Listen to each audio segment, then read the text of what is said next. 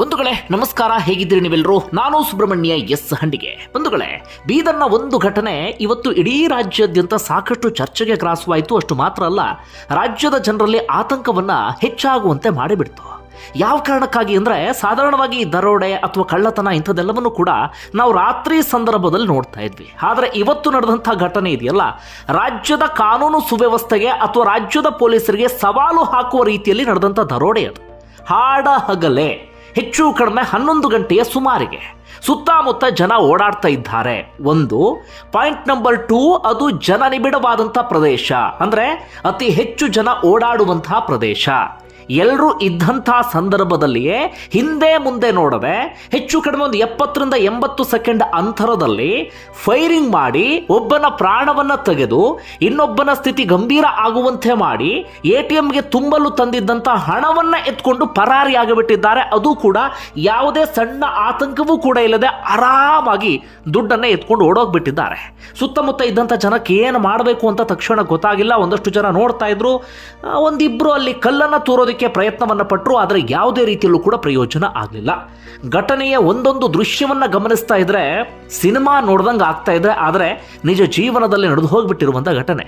ಬಂಧುಗಳೇ, ಪ್ರತಿಯೊಬ್ಬರು ಕೂಡ ಈ ಘಟನೆಗೆ ಸಂಬಂಧಪಟ್ಟ ಹಾಗೆ, ನಮ್ಮಲ್ಲಿನ ಕಾನೂನು ಸುವ್ಯವಸ್ಥೆಗೆ ಸಂಬಂಧಪಟ್ಟ ಹಾಗೆ ನಾವೆಲ್ಲರೂ ಪ್ರಶ್ನೆ ಮಾಡಲೇಬೇಕು. ಯಾಕಂದರೆ ಇವತ್ತು ಬೀದರ್ನಲ್ಲಿ ಅಂತಹ ಘಟನೆ ನಡೆದಿದೆ, ನಾಳೆ ನಮ್ಮ ಮನೆಯ ಬುಡದಲ್ಲೂ ಕೂಡ ಇಂತಹ ಇನ್ಸಿಡೆಂಟ್ ನಡೆದು ಹೋಗ್ಬಿಡಬಹುದು.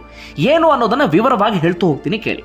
ಬಂಧುಗಳ, ಘಟನೆ ನಡೆದಿದ್ದು ಬೀದರ್ನ ಹೃದಯ ಭಾಗದಲ್ಲಿ ಶಿವಾಜಿ ಚೌಕ್ ಎನ್ನುವಂಥ ಒಂದು ಪ್ರದೇಶದಲ್ಲಿ SBIನ ಮೇನ್ ಬ್ರಾಂಚ್ ಇರುತ್ತೆ. ಅಲ್ಲಿ ATM ಇರುತ್ತೆ.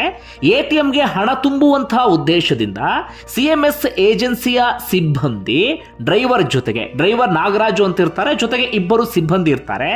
ಗಿರಿ ವೆಂಕಟ್ ಅಥವಾ ವೆಂಕಟಗಿರಿ ಅಂತ ಅವರ ಹೆಸರು, ಹಾಗೆ ಶಿವಕುಮಾರ್ ಅಂತ ಇನ್ನೊಬ್ರು, ಮೂವರು ಡ್ರೈವರ್ ಸೇರಿ ಇಬ್ಬರು ಸಿಬ್ಬಂದಿ ಆ ATM ಹಣ ತುಂಬುವಂಥ ವೆಹಿಕಲ್ ಇರುತ್ತಲ್ಲ, ಆ ವೆಹಿಕಲ್ನಲ್ಲಿ ಬಂದು ATMನ ಮುಂದೆ ವೆಹಿಕಲ್ ಅನ್ನು ನಿಲ್ಲಿಸಿದ್ದಾರೆ. ಅದಾದ ಬಳಿಕ ಡ್ರೈವರ್ ATM ಒಳಗಡೆ ಹೋಗಿದ್ದಾರೆ.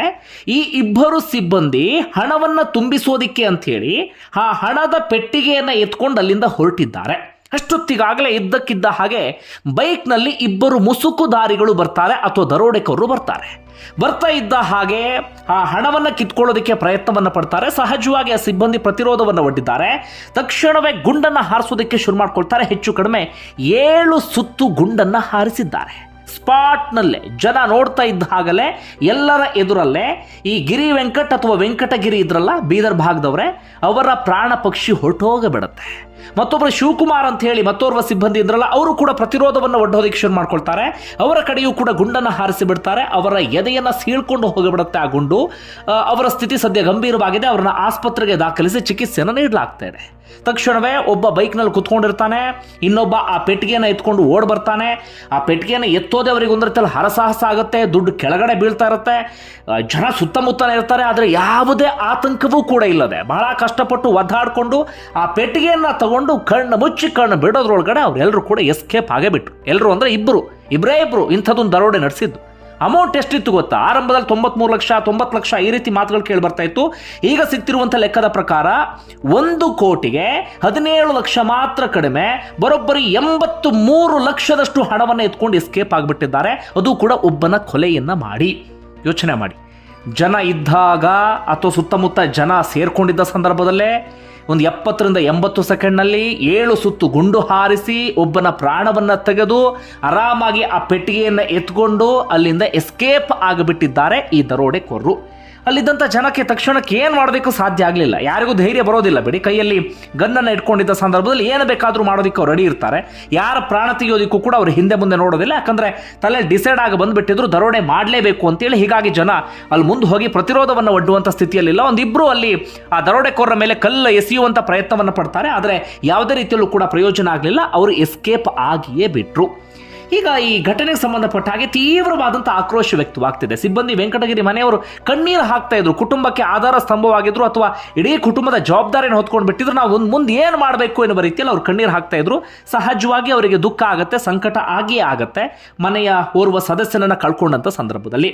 ಸದ್ಯ ಈ ಏಜೆನ್ಸಿಯ ವಿರುದ್ಧ ಅಂದರೆ ಈ ಹಣವನ್ನು ತುಂಬೋದಕ್ಕೆ ಹೋಗ್ತಾ ಇದ್ರಲ್ಲ ಏಜೆನ್ಸಿ, ಆ ಏಜೆನ್ಸಿಯ ವಿರುದ್ಧ ಆಕ್ರೋಶ ವ್ಯಕ್ತವಾಗ್ತಿದೆ. ಯಾಕಂದರೆ ATMಗೆ ಹಣ ತುಂಬಿಸೋದಕ್ಕೆ ಹೋದಂಥ ಸಂದರ್ಭದಲ್ಲಿ ಒಂದಷ್ಟು ನಿಯಮಗಳಿದ್ದಾವೆ. ಅಥವಾ ಒಂದಷ್ಟು ಮಾರ್ಗಸೂಚಿಯ ರೀತಿಯಲ್ಲಿ ಅದನ್ನು ಪಾಲನೆ ಮಾಡಲೇಬೇಕು. ಪ್ರಮುಖವಾಗಿ ಏನಪ್ಪಾ ಅಂದರೆ ಭದ್ರತಾ ಸಿಬ್ಬಂದಿ ಇರಬೇಕು ಅಥವಾ ಗನ್ ಮ್ಯಾನ್ ಇರಲೇಬೇಕಾಗತ್ತೆ, ಅಥವಾ ಅವರಿಗೆ ಗಾರ್ಡ್ ಎನ್ನುವ ರೀತಿಯಲ್ಲೂ ಕೂಡ ನಾವು ಕರಿತೀವಿ, ಅವ್ರು ಇರಲೇಬೇಕಾಗತ್ತೆ. ಆದರೆ ಇವತ್ತು ಅವ್ರು ಬಂದಿರಲಿಲ್ಲ ಅಂತೆ, ಲೇಟ್ ಆಗಿತ್ತಂತೆ. ಈ ಕಾರಣಕ್ಕಾಗಿ ಇವ್ರ ಜೊತೆಗೆ ಅವ್ರಿಗೆ ಬರೋದಕ್ಕೆ ಸಾಧ್ಯ ಆಗಲಿಲ್ಲಂತೆ. ಹೀಗಾಗಿ ಇವರು ಹಣವನ್ನು ತಗೊಂಡು ಬಂದು ಬಿಟ್ಟಿದ್ದಾರೆ. ಅದು ಯಾವ ಧೈರ್ಯದ ಮೇಲೆ ಬಂದರೂ ಗೊತ್ತಿಲ್ಲ. ಯಾಕಂದರೆ ATMಗೆ ಹಣ ತುಂಬೋದು ಅಂದರೆ ಅಷ್ಟು ಸುಲಭ ಅಲ್ಲ. ಯಾವಾಗ ಯಾವ ರಾಕ್ಷಸರು ಬಂದು ಈ ರೀತಿಯಾಗಿ ಎರಗಿ ಬಿಡ್ತಾರಂತ ಹೇಳೋದಕ್ಕೆ ಸಾಧ್ಯ ಆಗೋದಿಲ್ಲ. ಕರ್ನಾಟಕದಲ್ಲಿ ಪ್ರಥಮ ಘಟನೆ ಅಲ್ಲ, ಹಿಂದೆಯೂ ಕೂಡ ನಡೆದಿತ್ತು, ಆದರೆ ಬೇರೆ ಬೇರೆ ರೀತಿಯಲ್ಲಿ ನಡೆದಿತ್ತು. ಇದಂತೂ ಇನ್ನೂ ಭೀಕರವಾದಂಥ ಕೃತ್ಯ ಅಂದರೂ ಕೂಡ ತಪ್ಪಾಗಲಿಕ್ಕಿಲ್ಲ. ಜನ ಇದ್ದ ಸಂದರ್ಭದಲ್ಲೇ ಈ ರೀತಿಯಾಗಿ ದರೋಡೆ ಮಾಡಿದ್ದು ಪ್ರಪ್ರಥಮ ಬಾರಿಗೆ ಅಂದರೂ ಕೂಡ ತಪ್ಪಾಗಲಿಕ್ಕಿಲ್ಲ. ಸದ್ಯ ಏಜೆನ್ಸಿಯ ನಿರ್ಲಕ್ಷ್ಯದ ವಿರುದ್ಧವೂ ಕೂಡ ತೀವ್ರ ಆಕ್ರೋಶ ವ್ಯಕ್ತವಾಗ್ತಿದೆ. ಗನ್ ಮ್ಯಾನ್ ಇಲ್ಲದೆ ಹೇಗೆ ಹೋದ್ರಿ ಅಂತ. ಈಗ ಈ ದರೋಡೆಕೋರರ ಬಗ್ಗೆ ಸಾಕಷ್ಟು ಪ್ರಶ್ನೆ ಎಲ್ಲವೂ ಕೂಡ ಹುಟ್ಟು ಆಗ್ತಾಯಿದೆ ಸಹಜವಾಗಿ. ಯಾಕಂದರೆ ಇವ್ರು ಯಾವ ರೀತಿಯಾಗಿ ಪ್ರೀ ಪ್ಲಾನನ್ನು ಮಾಡ್ಕೊಂಡಿದ್ರು ಒಂದು ಗೊತ್ತಾಗ್ತಾ ಇಲ್ಲ. ನನ್ನ ಪ್ರಕಾರ ಮುಂಚೆನೇ ಒಂದಷ್ಟು ದಿನಗಳಿಂದ ಅವರು ಸ್ಟಡಿ ಮಾಡಿದ ಹಾಗೆ ಕಾಣಿಸ್ತಾ ಇದೆ. ಜೊತೆ ಗನ್ ಮ್ಯಾನ್ ಇರೋದಿಲ್ಲ ಅನ್ನೋದು ಮುಂಚೆಯೇ ಹೇಗೆ ಗೊತ್ತಾಯಿತು ಅದು ಕೂಡ ಗೊತ್ತಾಗ್ತಾ ಇಲ್ಲ. ಇಲ್ಲಿ ಬೇರೆ ಏನಾದರೂ ಇರಬಹುದಾ ಆ ಶಂಕೆಯೂ ಕೂಡ ಇದೀಗ ವ್ಯಕ್ತವಾಗ್ತಾ ಇದೆ. ಈ ರೀತಿಯಾಗಿ ಸ್ಥಳೀಯರು ಹಾಗೆ ಸಿಬ್ಬಂದಿ ಕುಟುಂಬಸ್ಥರು ಕೂಡ ಇದೀಗ ಅನುಮಾನವನ್ನು ವ್ಯಕ್ತಪಡಿಸ್ತಾ ಇದ್ದಾರೆ.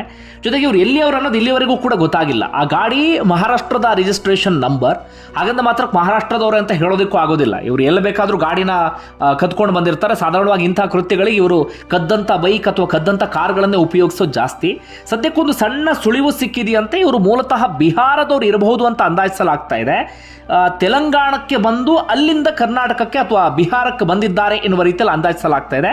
ಅದರಲ್ಲೂ ಕೂಡ ಬಿಹಾರಕ್ಕೆ ಹಿಂದಿನ ದಿನವೇ ಬಂದಿದ್ದಾರೆ.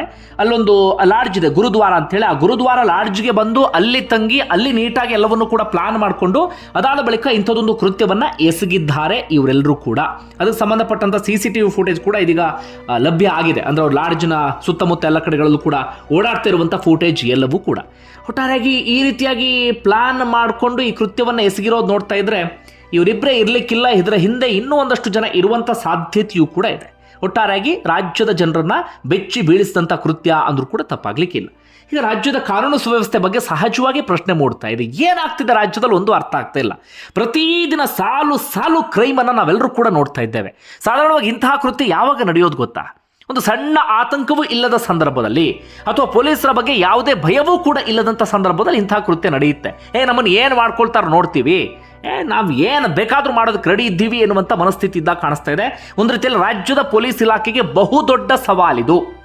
ಹೇಗೆ ಅಲ್ಲಿ ಇಬ್ಬರ ಎದೆಗೆ ಗುಂಡನ್ನು ಇಳಿಸಿ ಆ ಹಣವನ್ನು ಎತ್ಕೊಂಡು ಹೋಗಿಬಿಟ್ರು, ಇವರ ಎದೆಗೂ ಕೂಡ ಗುಂಡನ್ನು ಇಳಿಸಬೇಕಾಗತ್ತೆ. ಇಂಥ ಮಾತನ್ನು ಹೇಳಬಾರ್ದು, ತಪ್ಪಾಗತ್ತೆ. ಆದರೆ ಒಮ್ಮೊಮ್ಮೆ ಇಂಥ ಕೃತ್ಯವನ್ನು ನೋಡಿದಾಗ ಹಾಗೆ ಅನಿಸ್ಬಿಡುತ್ತೆ. ಯಾರದೋ ಮನೆಯ ಸದಸ್ಯರನ್ನ ಆರಾಮಾಗಿ ಬಂದು ಹೀಗೆ ಎದೆ ಗುಂಡಿಕ್ಕಿ ಈ ರೀತಿಯಾಗಿ ಹಣವನ್ನು ದೋಚ್ಕೊಂಡು ಹೋಗ್ತಾರೆ ಅಂದರೆ ಏನು ಹೇಳಬೇಕು ಹೇಳಿ. ರಾಜ್ಯದ ಪೊಲೀಸ್ ಇಲಾಖೆ ಕೂಡ ಈ ಪ್ರಕರಣವನ್ನು ಅತ್ಯಂತ ಗಂಭೀರವಾಗಿ ತೆಗೆದುಕೊಳ್ಬೇಕಾಗತ್ತೆ. ಆದಷ್ಟು ಬೇಗ ಅವರ ಹೆಡೆಮುರಿಯನ್ನು ಕಟ್ಟಬೇಕಾಗತ್ತೆ. ಬಂಧುಗಳು, ನಿಮ್ಗೆ ಏನಿಸುತ್ತೆ ಘಟನೆಗೆ ಸಂಬಂಧಪಟ್ಟ ಹಾಗೆ ಕಮೆಂಟ್ ಬಾಕ್ಸಲ್ಲಿ ಮೆನ್ಷನ್ ಮಾಡಿ. ಧನ್ಯವಾದ ವಿಡಿಯೋ ನೋಡಿದ್ದಕ್ಕಾಗಿ.